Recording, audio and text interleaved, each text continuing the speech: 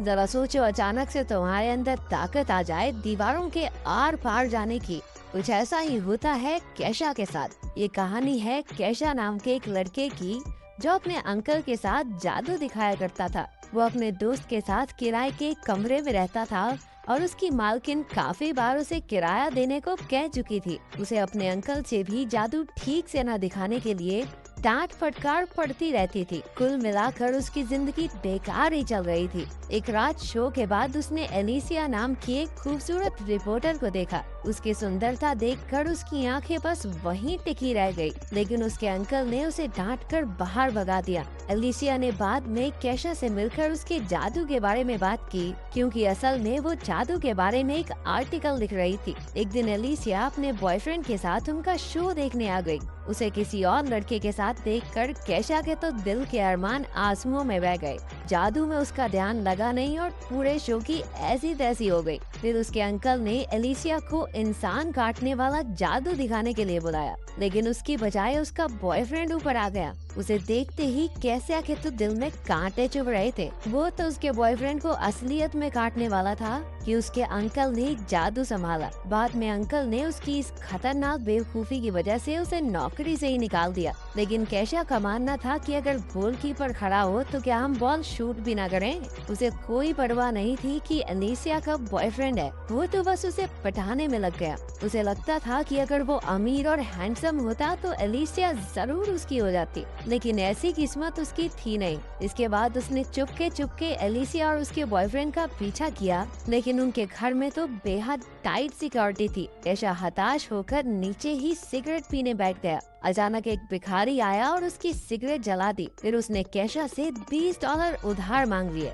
इसके बदले उसने केशा की कोई भी इच्छा पूरी करने का वादा किया। केशा बहुत निराश था, इसलिए उसे कोई फर्क नहीं पड़ा कि ये भिखारी क्या बक रहा है। उसने उसे $20 दे दिए, लेकिन उसी वक्त भिखारी अचानक से गायब हो गया। केशा हैरान होकर खड़ा हुआ और अपने आप जादू से दरवाजे के आर पार हो गया। इसके बाद हमने देखा कि अगली सुबह उसके अंकल ने उसे कॉल करके वापस काम पर बुला लिया, क्योंकि वो अकेले कुछ संभाल नहीं पा रहा था। केशा नींद में ही उठा और उसने जमीन पर पड़े ढेर सारे डॉलर्स पर ध्यान ही नहीं दिया। उसे तो ये भी एहसास नहीं हुआ कि वो दरवाजे के आर पार होकर जा रहा था। तभी उसने खबर सुनी कि एक बैंक में चोरी हो गई है और वहाँ किसी के भी घुसने का कोई सुराग नहीं मिला था। तब जाकर केशा को याद आया कि पिछली रात आखिर हुआ क्या था। उस दरवाजे के अंदर घुसकर वो हैरान रह गया। उसे लगा कि ये सब एक सपना है, इसलिए उसने चेक करने के लिए अपने सर पर एक ईंट दे मारी, लेकिन उसे कोई चोट नहीं आई। अब ये साफ था कि उसे दरवाजे दीवारों में से आर पार होने की सुपर पावर मिल गई है। इसके बाद वो गलती से एक बच्चे के कमरे में पहुंच गया जो बीमार था। बच्चे ने कहा कि वो अंतरिक्ष में जाना चाहता है और वो ये भी जानना चाहता था कि केशा अंदर कैसे आया। लेकिन केशा के सर पर तो बस एलिसिया की धुन सवार थी। उसने अपनी शक्तियों से ऊपर जाने का फैसला किया। कहीं लोग म्यूजिक बना रहे थे तो कहीं आत्माओं से बातें करने की कोशिश में लगे थे। उसने उनसे एलिसिया का पता पूछा और दीवार के आर पार चला गया। इसे देखकर उनमें से एक आदमी तो बेहोश हो गया। इसके बाद वो एलिसिया के घर पहुंचा, जहां उसके अपने बॉयफ्रेंड के साथ गुलू चल रही थी। केशा ने बाहर से अजीबोगरीब आवाजें निकालकर उन्हें परेशान करने की कोशिश की। जब इस तरीके से भी काम नहीं बना तो उसने एक पेंटिंग में घुसकर एलिसिया के बॉयफ्रेंड को बुरी तरह डरा दिया। बाद में उसे याद आया कि वो शक्तियां मिलने के बाद बैंक गया था और उसने ढेर सारे पैसे निकाल लिए। अब उसकी जिंदगी एकदम बदल चुकी थी। उसने एक और टीवी खरीद ली और ऐश की जिंदगी जीने लगा। एक दिन जब वो अपनी गाड़ी में कहीं जा रहा था तो उसे एक पुलिस वाले ने रोक लिया। उसने अपनी शक्तियों का इस्तेमाल करके पुलिस वाले के जूते बांध दिए और उसे चकमा देकर भाग निकला। शाम को बैंक वाले उसके घर तक पहुंच गए, क्योंकि वो खुद ही बैंक में कागज पर अपना नाम और पता लिखकर छोड़ आया था। वो लोग उसे पैसे चुराने के लिए पकड़ने आए थे। अभी घर की मालकिन वहां आ गई और उसके दोस्त ने उसे बताया कि घर पुराना होने की वजह से अब गैस की पाइप कमजोर हो चुकी है, लेकिन वो तो कुछ सुनने को राजी ही नहीं थी। उसने गैस जला दी और उसी वक्त पूरे घर में जबरदस्त धमाका हुआ। अगर केशा अपनी शक्तियों का इस्तेमाल करके उन्हें ना बचाता तो सब के सब जलकर खाक हो गए होते। इसके बाद कैशा और उसका दोस्त एक बड़े घर में रहने लगे। अब कैशा की बाकी लड़कियों से मिलकर जिंदगी के मजे लूटने की बारी थी, लेकिन जैसे ही उसने अपनी सॉक्स निकाली, वो एक ही झटके में पूरी बिल्डिंग से नीचे जा गिरा। क्योंकि कैशा ने धमाके में उन बैंक ऑफिसर्स की भी जान बचाई थी, इसलिए उसका एहसान चुकाने के लिए उन्होंने उसे चोरी के केस में बचा लिया।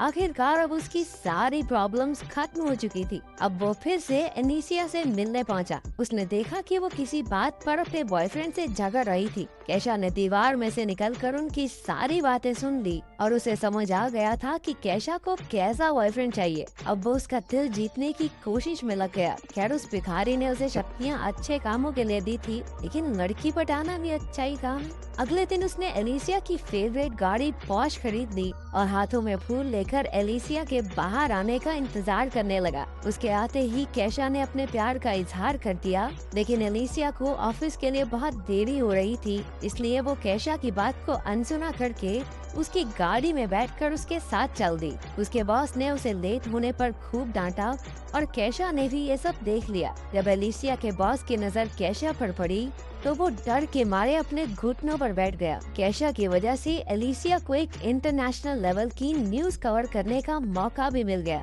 एलिसिया ने कैशा को $200 देकर फटाफट वहां तक पहुंचाने को कहा। वो तो मीडिया पास दिखाकर अंदर चली गई, लेकिन कैशा को सिक्योरिटी वालों ने पकड़ लिया। लेकिन उसे भला कौन रोक सकता है। वो अपनी शक्तियों का इस्तेमाल करके दीवार के पार चला गया। वो अंदर जाकर एलिसिया का पीछा करने लगा।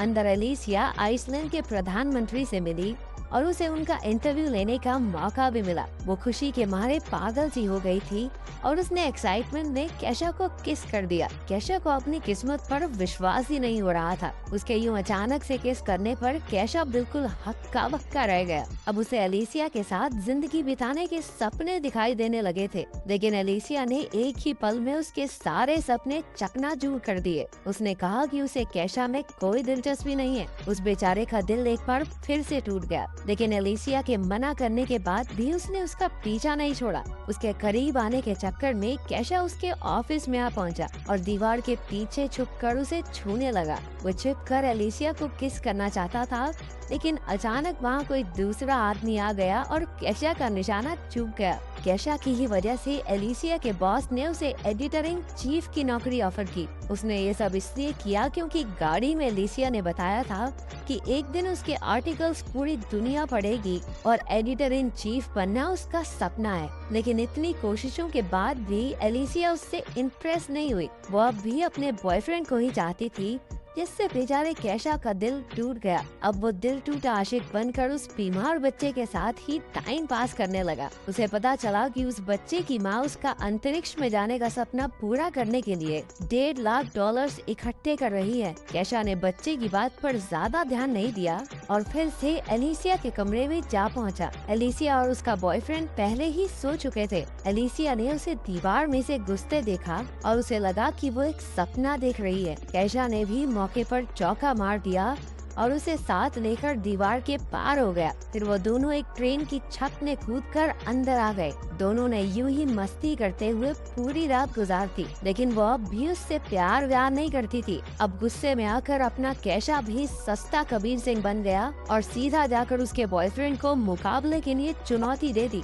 लेकिन उसके बॉयफ्रेंड ने मार मार के कैशा की चटनी बना दी। उसने फिर भी एलिसिया का पीछा नहीं छोड़ा और उसके करीब जाने का मौका ढूंढने लगा। वो सिर्फ उसकी खूबसूरती पर मरता था, जबकि सच्चे प्यार के लिए एक दूसरे को समझना बहुत जरूरी है। लेकिन कैशा उसकी चाहत में अंधा हो चुका था, इसलिए ये समझदारी वाली बातें उसके पल्ले कहाँ पड़ती। एक दिन तो वो एलिसिया के चक्कर में एक लंबी सी बिल्डिंग के शीशे पर ही लटक गया और अपने प्यार का इजहार करने लगा। ये लड़का रोमांटिक पूरा है। दरअसल वो बहुत सारे लोगों के सामने उसे प्रपोज करके उस पर हाँ कहने का दबाव बनाने की कोशिश कर रहा था, लेकिन इसी हीरोपंती में वो खिड़की से नीचे गिर पड़ा। अगर उसके पास उस भिखारी की दी हुई शक्तियाँ ना होती तो अब तक तो वो भगवान को प्यारा हो चुका होता। उसे गिरता देखकर एलिसिया डर के मारे बेहोश हो गई और उसे हॉस्पिटल में भर्ती करवाना पड़ा। कैशा को डर था कि गिरने की वजह से उसके दिमाग के स्क्रू ढीले ना हो गए हों, इसलिए वो भी अपना सारा सिस्टम चेक करवाने हॉस्पिटल में पहुँच गया। तभी उसे वहाँ वो बीमार बच्चा दिखाई लगा जिससे वो बातें किया करता था।